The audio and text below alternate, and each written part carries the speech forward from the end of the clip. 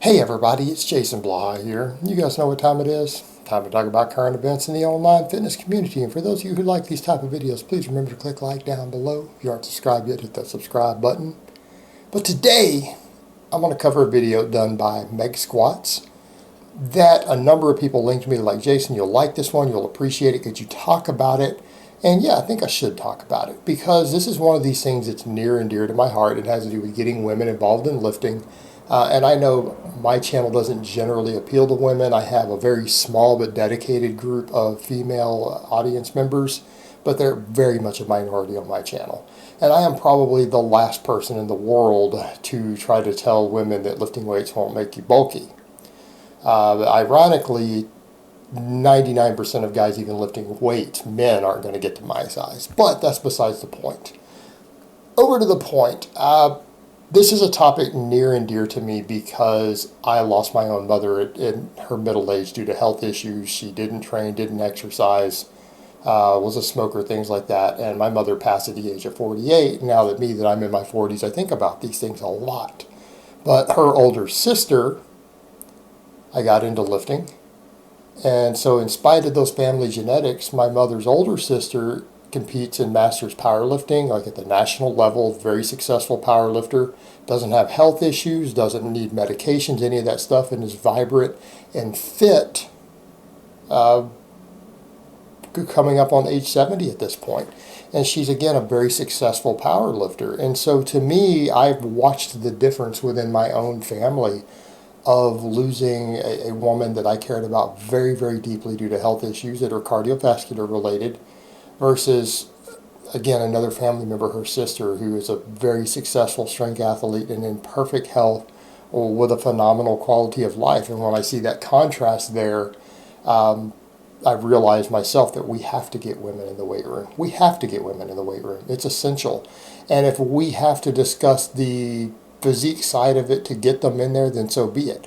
You know, because that's one of the things with my channel. I don't care about the physique side. I really don't even want to help guys try to achieve a bodybuilder-esque physique. It's just not my interest. I don't care about it that much. This is a fitness and strength channel.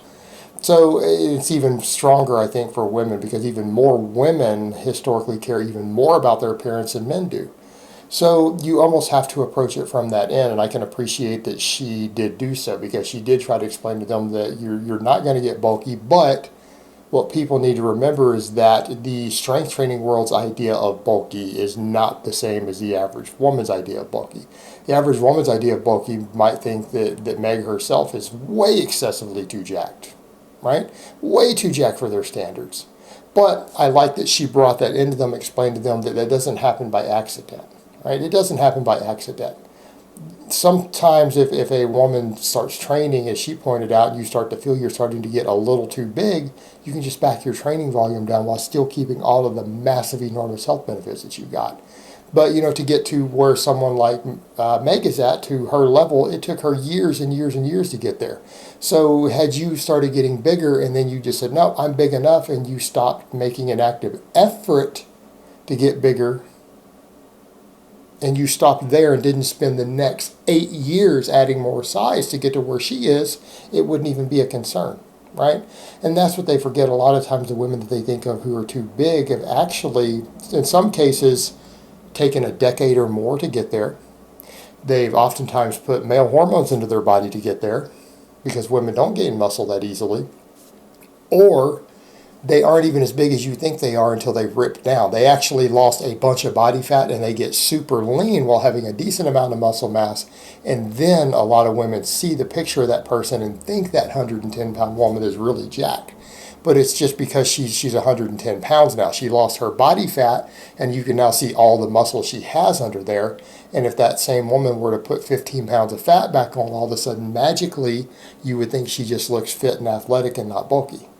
And it's kind of ironic. It's the actual fat loss while retaining the muscle when they get really, really lean and lose all their fat that makes them look bulky. And it's just an illusion. They're not necessarily as big as you think they are. And if they go back up to 125 pounds, that same woman might, to many women out there, all of a sudden in pictures look like she lost 20 pounds of muscle. No, she just put 15 pounds of fat back on. and therefore you hide the muscle, and then she just looks like a normal woman who's fit and in shape and healthy. So that's a good point that she needed to make, and she also wanted to point out that when we say lifting heavy, that heavy is relative. Heavy is relative to your strength level, and I would agree with that, because we define heavy as really, in strength and conditioning, we define heavy as what percentage of your 1 rep max you were lifting, right? I personally don't consider a weight to be heavy till you start exceeding 70% of your max. So if you can lift 200 pounds on an exercise, until you get to 150, it's not heavy. But if you can only lift 20 pounds on an exercise, 15 pounds plus is heavy. It's all relative. It's relative to what your strength level is.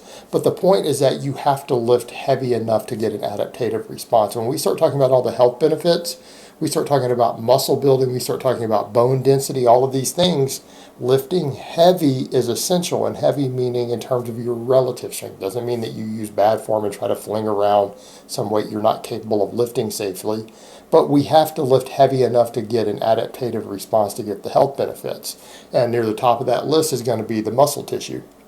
Gaining muscle prevents actually a large number of the lifestyle-induced diseases that we have. And when we start looking at heavy resistance training versus all other forms of exercise, more and more and more studies and meta-analysis are coming out every year showing that it is absolutely the most superior form of exercise there is for your health. Right? Before we even jump into all the appearance, we're talking health.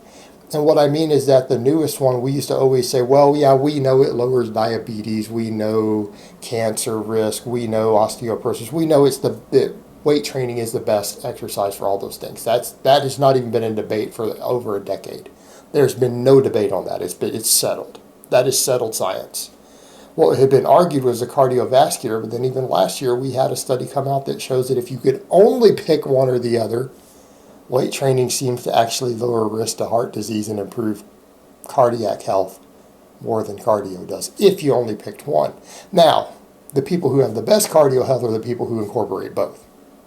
But the weight training actually has a more pronounced effect than the cardio does on your actual cardiovascular health, ironically enough. And I know, but the name is cardio, but just because we name something that doesn't mean that that's the actual case.